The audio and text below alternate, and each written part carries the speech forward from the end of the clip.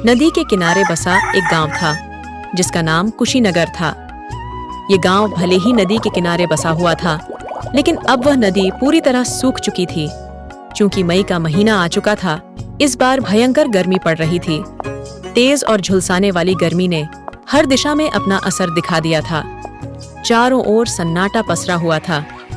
पशु पक्षी सभी गर्मी से परेशान थे। लोग दिन में अपने घरों से बाहर निकलने से कतराते थे। चारों ओर त्राही त्राही मची हुई थी। दोपहर में लू चलती थी, जिससे बचने के लिए लोग दिन में बाहर नहीं निकलते थे। बच्चों की गर्मियों की छुट्टियां भी शुरू हो चुकी थीं।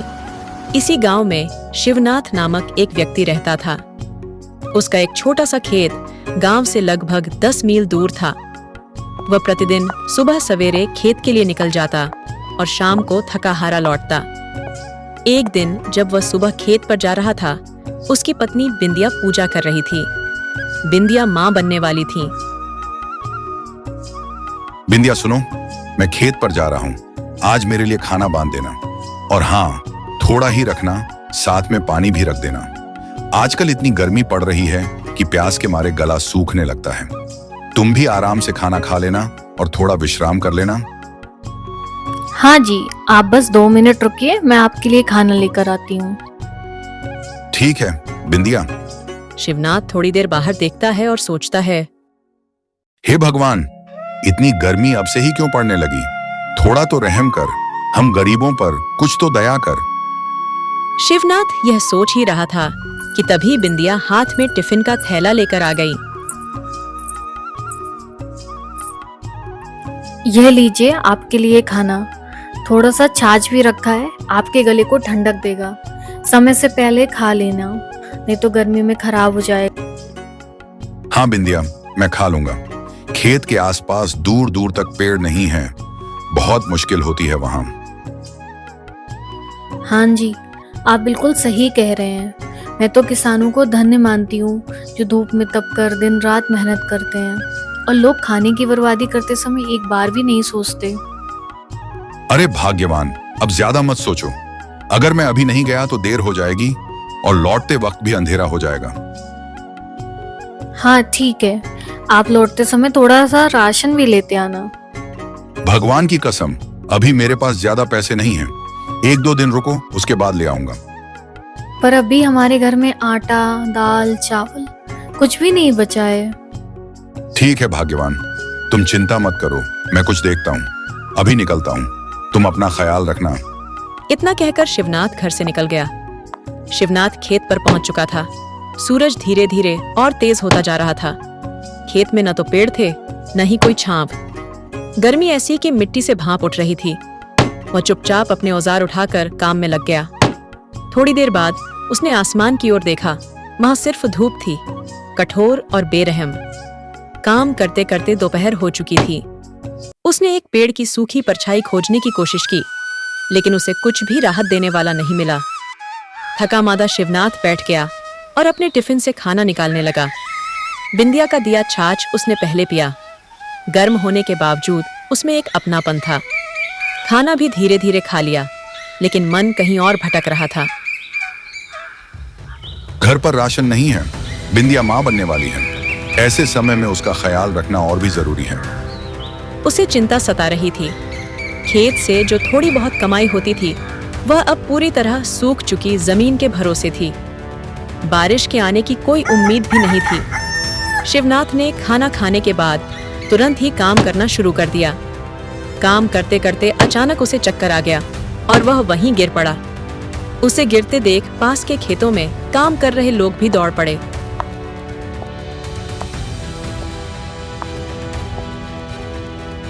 सब लोग उसे खेत से उठाकर घर ले आए। घर पर बिंदिया उसे देखकर बहुत परेशान हो गई। वैद्य जी को बुलाया गया।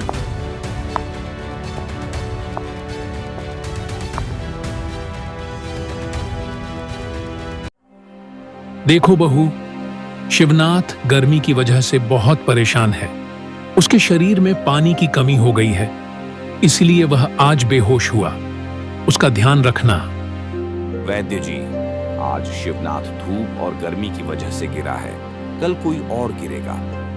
ऐसे कब तक चलेगा? क्या आपके पास कोई ऐसी दवा है जिससे सब लोग खाकर बेहोश न हो? रामू काका, पानी की कमी तो कोई भी दवा पूरी नहीं कर सकती है। हाँ, वो तो आप ठीक कह रहे हो, पर देख लो, अगर आपके पास कोई और तरीका हो तो। नहीं काका, कोई और तरीका नहीं है। खुद से जितना हो सके खूब पानी पियो। अच्छा बहू, मैं चलता हूं। अपना और शिवनाथ का ख्याल रखना। जी काका। इतना कहकर गांव के बाकी लोग, रामू काका और वैद्य जी भी चले गए। बिंदिया उसके बाद शिवनाथ के पास बैठी रही। कुछ समय बाद शिवनाथ को होश आ गया। बिंदिया बहुत खुश हो गई। रात में गांव के सभी लोग एक साथ बैठे थे। तब हमें कुछ न कुछ करना होगा। आज गर्मी और बारिश न होने की वजह से शिवनाथ बेहोश हो गया। हमारे गांव की नदी कब की सूख चुकी है। अगर ऐसा ही चलता रहा तो जो गांव के कुओं में थोड़ा बहुत पानी आ रहा है वो भी नहीं मिलेगा। हमें कुछ न कुछ तो करना ही पड़ेगा। हाँ काका, कुछ ना कुछ तो करना पड़ेगा। अब और चुप बैठना ठीक नहीं। इतने में शिवनाथ भी वहां आ गया और उसने कहा, काका, अब हमारे पास भगवान के पास जाने के अलावा कोई और तरीका नहीं है। मुझे गांव के बाहर स्थित पर्वतराज पर बहुत भरोसा है। क्यों ना हम सब मिलकर पर्वतराज की पूजा करें, शायद कुछ सहायता मिले। शिवनाथ, यहाँ पर हम सब मिलकर कुछ नहीं कर पा रहे हैं। वहां एक पर्वत क्या करेगा? तुम यहाँ से जाओ, आराम करो। क्यों यहाँ पर अंधविश्वास फैला रहे हो? हाँ शिवनाथ, आराम करो जाकर। यहाँ क्यों अंधविश्वास फैला रहे हो? बेचारा शिवनाथ वहां से चला गया। घर जाकर उसने बिंदिया को सब कुछ बता दिया। सारी बात शिवनाथ की सुनने के बाद, सुनिए जी, कोई आपका साथ दे ना दे, मैं जरूर दूंगी। मैं आपके साथ पर्वतराज की पूजा करने जरूर चलूंगी। अब दोनों पति पत्नी रोज पर्वतराज की पूजा करने जाने लगे। रोज सुबह जाते, वहां पर्वतराज को फूलमाला अर्पित करते और पूजा करते। दोनों को पर्वतराज में बहुत आस्था थी। दोनों ही मन में कहते, हे पर्वतराज महाराज, हमारे गांव वालों ने आप पर भरोसा नहीं किया, उन्हें माफ कर दो और इस गांव को पहले की तरह फिर से हरा भरा कर दो। गांव में गायें और सारे पशु सभी बेहाल हो रहे हैं। कृपया अपनी कृपा दृष्टि हम पर डालो। कुछ ही दिनों बाद आसमान में घने बादल छा गए। चारों तरफ अंधेरा हो गया और जोरदार बारिश होने लगी। बारिश 2-3 दिन तक लगातार हुई। गांव वाले सब खुश हो गए। एक बार फिर सभी एकत्र हुए। देखा काका, मैंने कहा था ना, पर्वतराज हमारी जरूर सुनेंगे। और देखो, सुन लिया, बारिश भी करा दी। शिवनाथ, पर्वतराज की वजह से कुछ नहीं हुआ है। गर्मी ज्यादा पड़ने के कारण बारिश हुई है। ये बात आई और गई की तरह हो गई। फिर एक बार दोबारा से खूब बारिश हुई। 2 दिन हो गए थे बारिश होते होते, फिर भी बारिश रुकी नहीं। जगह जगह पानी भर गया। लगातार 7 दिनों तक पानी बरसता रहा। गांव में एक बार फिर से बारिश की वजह से त्राही त्राही मच गई। चारों तरफ हाहाकार मच गया, क्योंकि लगातार मूसलाधार बारिश होने की वजह से गांव में बाढ़ आ गई। शिवनाथ अपनी पत्नी को पर्वतराज के नीचे एक जगह पर ले जाकर खड़ा कर दिया। न जाने उस जगह पर क्या था कि सभी जगह पानी भरा हुआ था, लेकिन पर्वतराज के नीचे पानी नहीं भरा था। बिंदिया को आराम से वहां खड़ा करने के बाद शिवनाथ गांव के बाकी लोगों को ले आया। सभी लोग पर्वतराज के नीचे आराम से खड़े हो गए। पूरा गांव पर्वतराज के नीचे था। 2 दिन तक वहीं रहे सभी। फिर जब बारिश बंद हुई, वहां पे सब मिलकर शिवनाथ का धन्यवाद कर रहे थे। शिवनाथ, हमने तुम पर विश्वास न करके बहुत बड़ी गलती की। वाकई में पर्वतराज में बहुत शक्ति है। सही समय पर तुमने हमें यहाँ से पर्वतराज के पास पहुंचकर अच्छा किया। हमें माफ कर दो। अरे काका, कैसी बातें करते हो? आप हमसे बड़े हैं, आप माफी मत मांगिए। फिर सभी लोग खुशी खुशी मिलकर रहने लगे।